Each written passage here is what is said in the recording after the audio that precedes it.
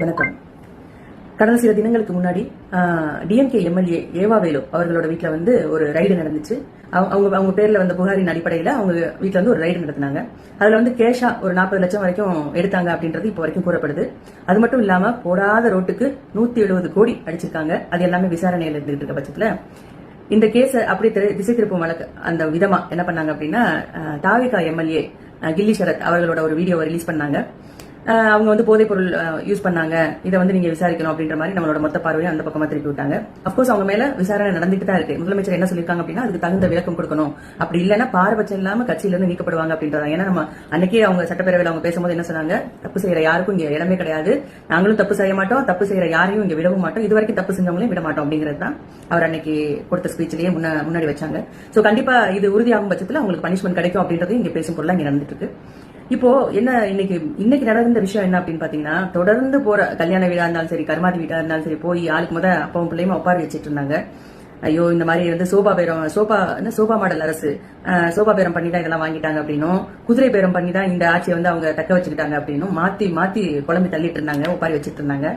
But அதையெல்லாம் தூக்கி சாப்பிடுற அளவுக்கு இப்போ உங்களோட எம்எல்ஏக்கெல்லாம் இப்ப என்ன பண்ணிட்டு இருக்காங்க மிஸ்டர் உதயண்ணா அண்ட் ஸ்டாலின் சார். இப்போ அவங்க என்ன பண்ணிருக்காங்க இன்னைக்கு அப்படின்னு பாத்தீங்கன்னா, தாவேகா எம்எல்ஏ ஒரு குறிப்பிட்ட, அதாவது இன்னைக்கு வந்து இளையராஜா அப்படின்ற ஒருத்தர் வந்து கம்ப்ளைண்ட் கொடுத்திருக்காங்க. இளையராஜா அப்படின்ற எம்எல்ஏ வந்து கம்ப்ளைண்ட் கொடுத்திருக்காங்க. இந்த மாதிரி என்ன வந்து அமௌண்ட் இவ்வளவு தரேன், நீ கட்சி மாறி இந்த சைடு வந்துரு அப்படின்ற மாதிரி சொன்னாங்க. எனக்கு வந்து கொலை மிரட்டல் வர்றாங்க, எனக்கு பயமா இருக்குன்ற கம்ப்ளைண்ட் ரைஸ் பண்ணிருக்காங்க. இவங்க ஒருத்தர் மட்டும் கிடையாது, நிறைய எம்எல்ஏஸ் வந்து இந்த சைடு இருக்கிறதுக்காக கிட்டத்தட்ட தலா ஒரு ஆளுக்கு 35 கோடி தரோம் அப்படின்னு சொல்லி பேசியிருக்காங்க. அப்போ நீங்க பண்றதெல்லாம் குதிரை பேரம் இல்லையா, இது கழுதை பேரமா உதயனா? எங்களுக்கு புரியல. ஒரு நியாயமான ஆட்சி வந்து இப்போ மக்களால தேர்ந்தெடுக்கப்பட்டு வந்திருக்கு.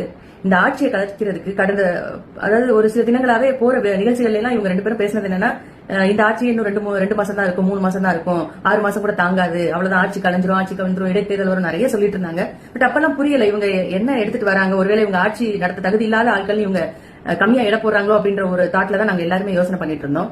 ஆனா அதுக்கு பின்னாடி இவங்களோட சூழ்ச்சி இந்த மாதிரி இருக்குது அப்படின்றத நாங்க இப்பதான் இன்னைக்கு வந்த நியூஸ் வச்சுதான் கெஸ் பண்றோம். இவங்களோட கெஸ் என்ன அப்படின்னா, இங்க வந்திருக்கிற எம்எல்ஏஸா வந்திருக்க எல்லா மெஜாரிட்டி பீப்புள்ஸ் வந்து ஒரு நடுத்தர குடும்பத்துல இருந்து வந்தவங்க தான். எல்லாருமே இளைஞர்கள் மேக்சிமம், அதுலயும் ரொம்ப நடுத்தர குடும்பத்துல இருந்து தான் வந்திருக்காங்க.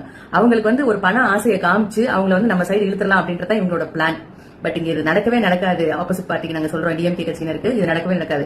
காசு கொடுத்து மக்களை விலைக்கு வாங்கலாம் அப்படின்னு நினைச்ச உங்களாலேயே இது முடியலையே, எங்க மக்களையே உங்களால வாங்க முடியலையே.